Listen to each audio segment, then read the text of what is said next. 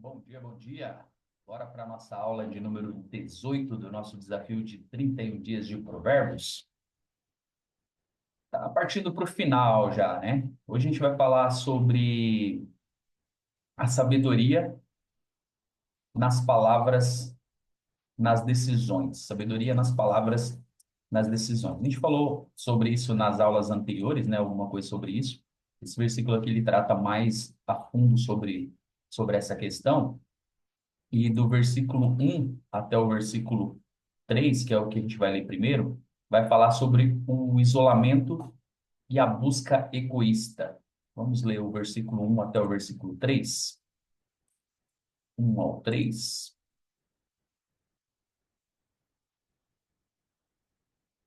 Fala assim, ó.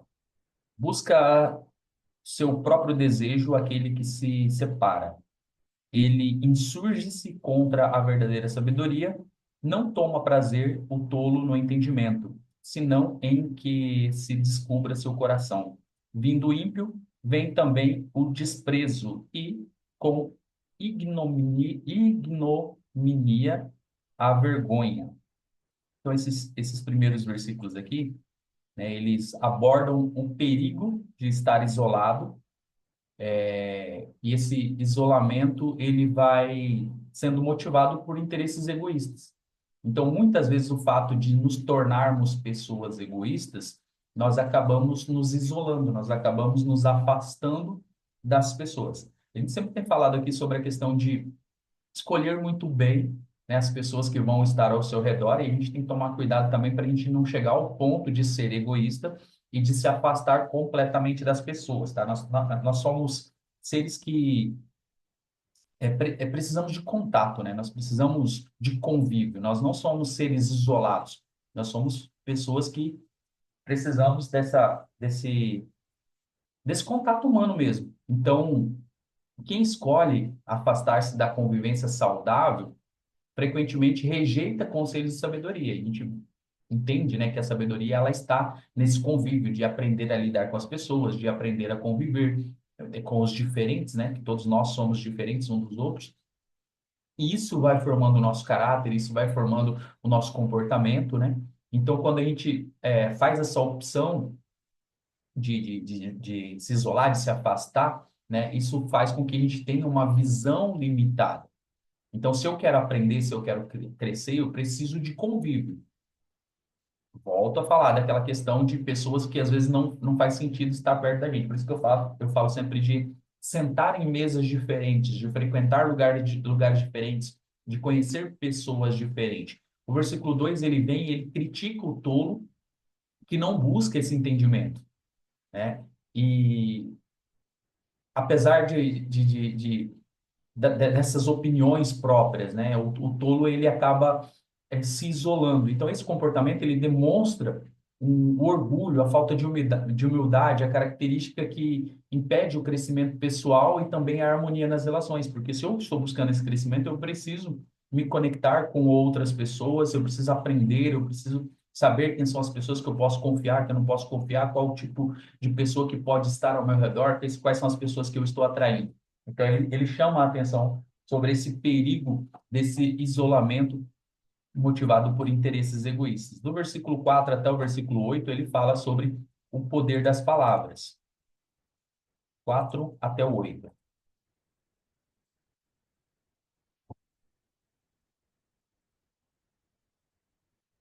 Fala assim, ó, águas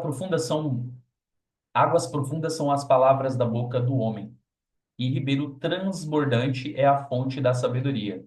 Não é bom ter respeito à pessoa do ímpio, para derribar o justo em juízo. Os lábios do tolo entram na contenda, e a sua boca brada por açoites. A boca do tolo é a sua própria destruição, e os seus lábios um laço para a sua alma. As palavras do lingueiro são como doce bocado, e as descem ao íntimo do ventre.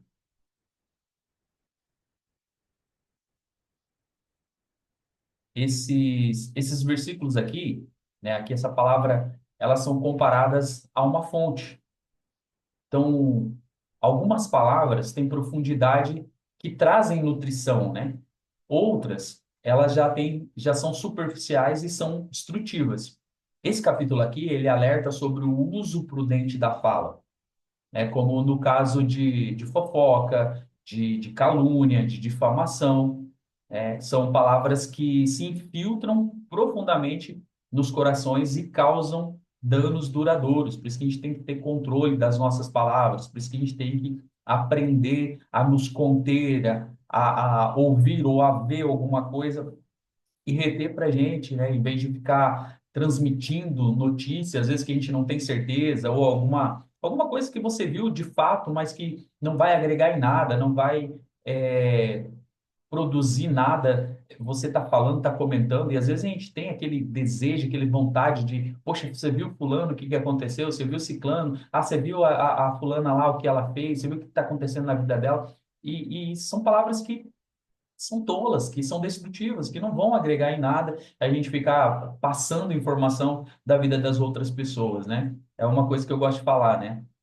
Deus deu uma vida para cada um cuidar dela, né? Não deu várias vidas. Então nós temos que estar cuidando da nossa própria vida e tomar cuidado com essas palavras, porque essas palavras têm poder e elas podem ser destrutivas. Então a verdadeira sabedoria no falar, ela é uma bênção.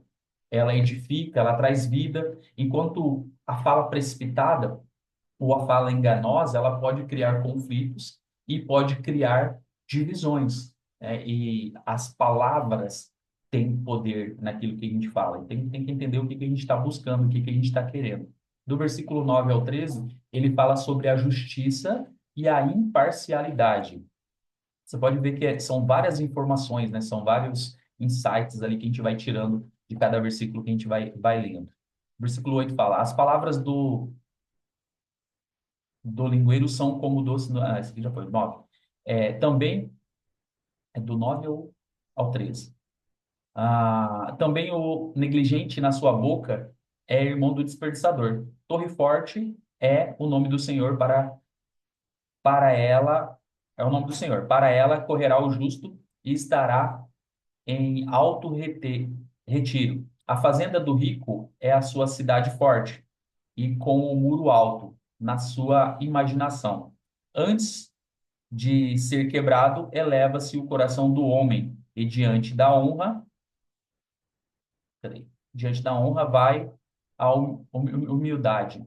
Responder antes de ouvir é estúpcia e vergonha. Então, aqui ele volta a falar sobre essas questões, né, da justiça, da imparcialidade, e esses versículos aqui eles mostram a diferença entre confiar em Deus e confiar nas riquezas, nas habilidades humanas. Então, o justo, ele encontra segurança em Deus, enquanto o ímpio, ele se refugia nas suas riquezas, e essas riquezas a gente sabe que são passageiras, né?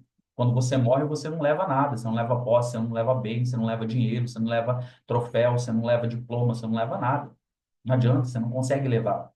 São coisas passageiras, são coisas para uso nessa vida aqui. Então, a imparcialidade na justiça, ela é destacada nesses pontos aqui. O versículo 5 fala que absorver o culpado e condenar o inocente, né? O Senhor o detesta igualmente. Então, ele faz um paralelo já com o que a gente leu e reflete o caráter de Deus, que é justo, que é reto em todos os seus caminhos, né? O Senhor, ele não quebra princípios, ele não volta atrás na sua palavra, ele é justo, é verdadeiro. Então, ele reforça essa questão da justiça e da imparcialidade nesses versículos aqui. No 14 até o 21, fala sobre o relacionamentos, sabedoria e fala. 14 até o 21. Deixa eu compartilhar aqui.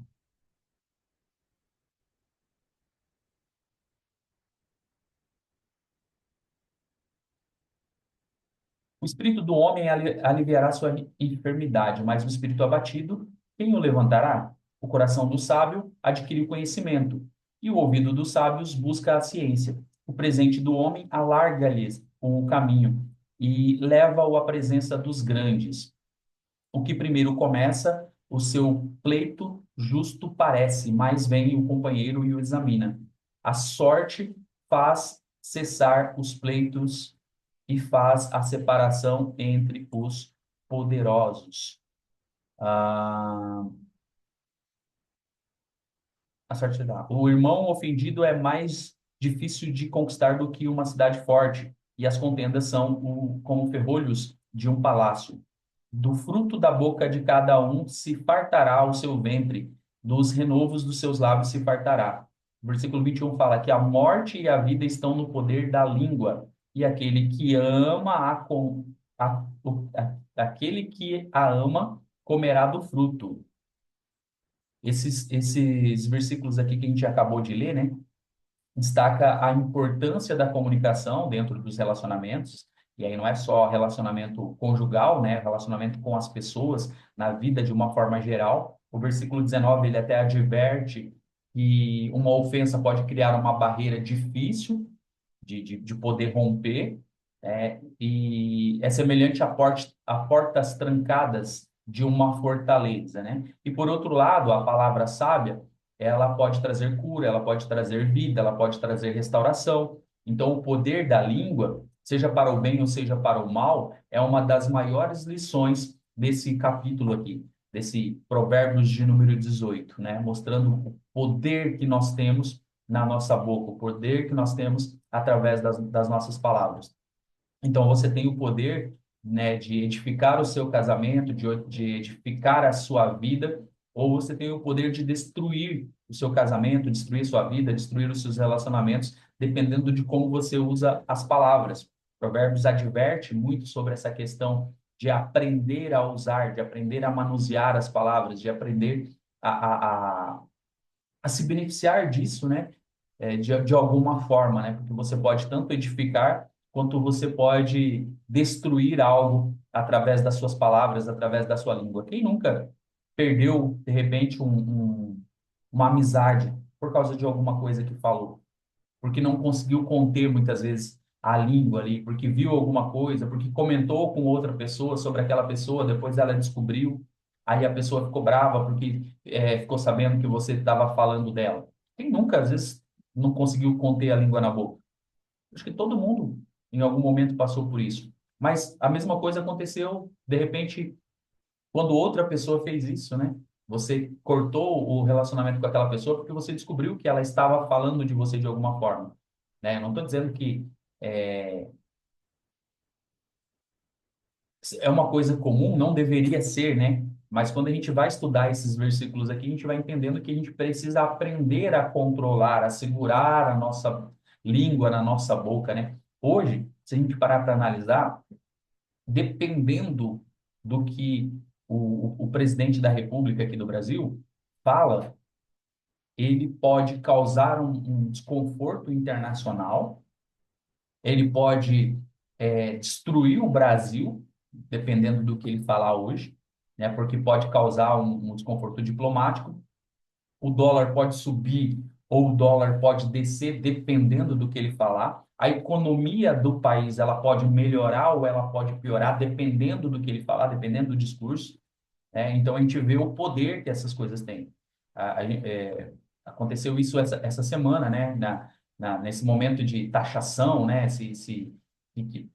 Acho que vocês acompanharam isso, mas a voz de um deputado, né, teve muita força, a visualização do vídeo dele teve muita força, atingiu muitas pessoas que voltaram atrás de uma coisa que estava para acontecer, revogaram aquilo que estava para acontecer, que é, sinceramente, eu não sei falar se ia beneficiar ou se ia mais prejudicar, né? Mas muitas coisas iam se complicar nesse processo, então teve que ser revogado. Mas você vê como que uma palavra, um posicionamento, uma postura, ela pode mudar o rumo de muitas coisas, né? Assim como as palavras podem mudar o rumo da sua vida, o rumo da sua história, tanto para o bem, tanto para o mal. Esses versículos aqui, ele enfatiza bastante essa questão dessa palavra que tem o poder de curar, ou tem o poder tem o poder de dar vida e tem o poder de tirar a vida, né? Do versículo 22 até o 24, ele fala sobre a escolha do companheirismo.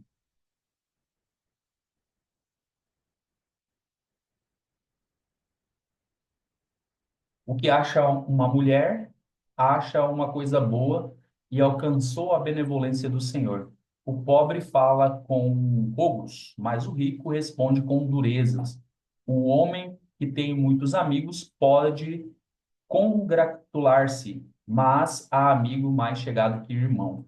né? Então a gente encontra nessa nossa caminhada aí relacionamentos verdadeiros, relacionamentos importantes, né? Esse capítulo aqui, ele encerra com esse foco nos relacionamentos pessoais, né? Então, encontrar uma boa esposa, uma boa companheira, ou um bom companheiro, é apresentado como um presente divino, né? Uma bênção de Deus, né?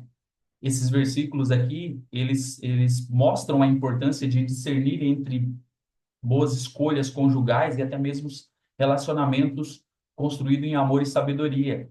Então, quando você encontra um companheiro bom, uma companheira boa, é como se você acertasse na loteria. É como se você encontrasse um tesouro perdido, né? E a parte mais difícil hoje é você conseguir ter um bom relacionamento ou construir um bom relacionamento. Claro, são visões diferentes que vão estar no mesmo espaço, né? Então, existe aquela questão de um entender de uma forma, outro entender de outra, mas é tão bom quando os dois conseguem se completar. Esse é o ponto mais importante. E aí o versículo 24 ele ressalta na diferença entre amigos falsos e amigos verdadeiros. E a amizade genuína é um presente raro.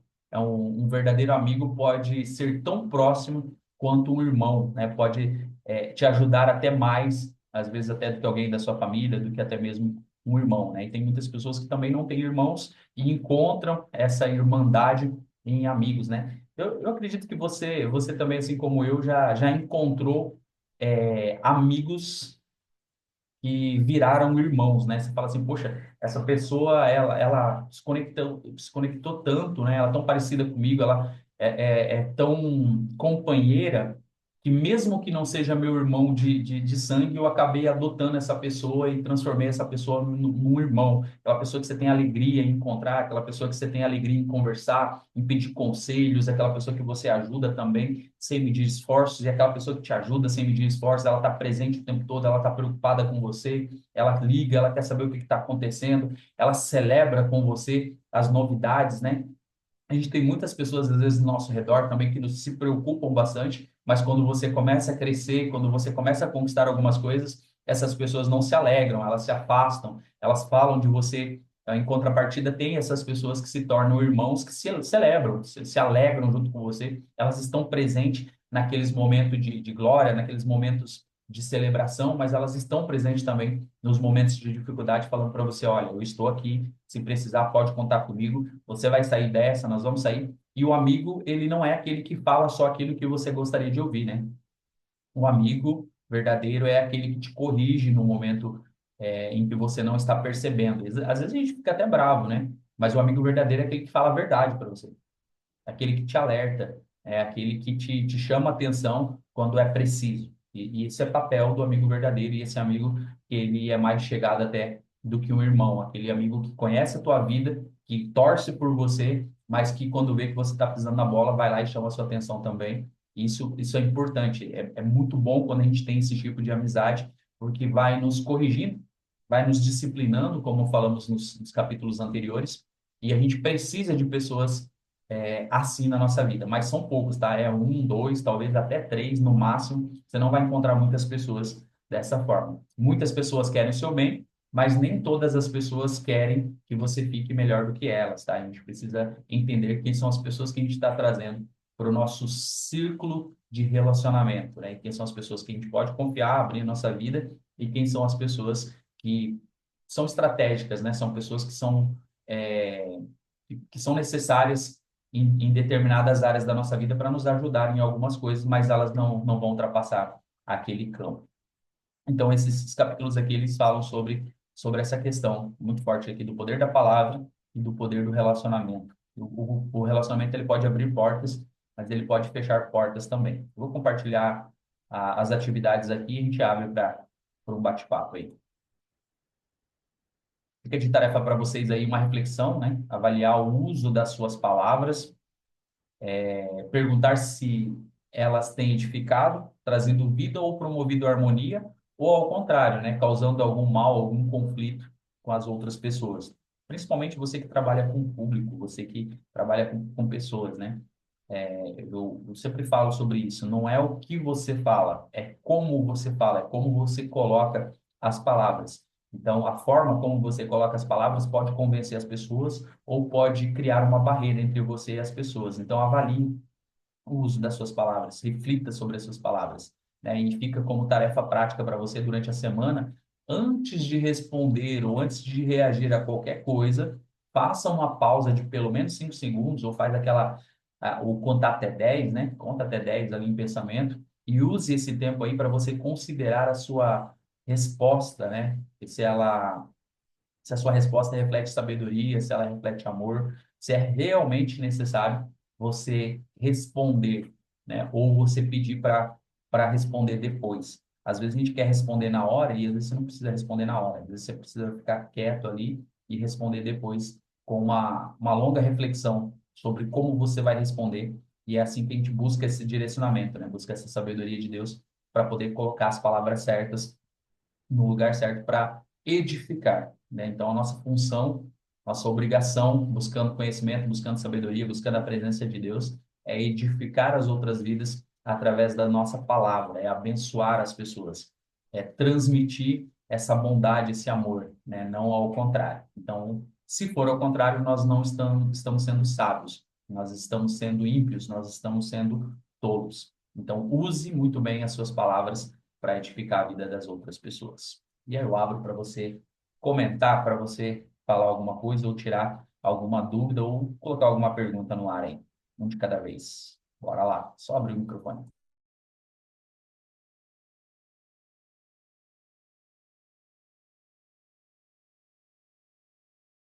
Vocês têm medo de falar, hein? Vocês têm que aprender a falar, gente. Nem que seja para dar o ponto de vista de vocês aí. Nem que seja para contar o que que você se ferrou aí quando você usou mal as palavras, porque isso pode ajudar outras pessoas. Bom dia, Nil. Bom dia aos nobres colegas. Mais uma vez, a aula muito interessante, né? A gente vem aprendendo muito e o importante, Nil, das nossas aulas não é estar aqui aparecendo, mas colocando em prática aquilo que a gente está aprendendo. Isso eu já falo para os colegas que está fazendo muito bem na minha vida. Muitas coisas vêm confrontando.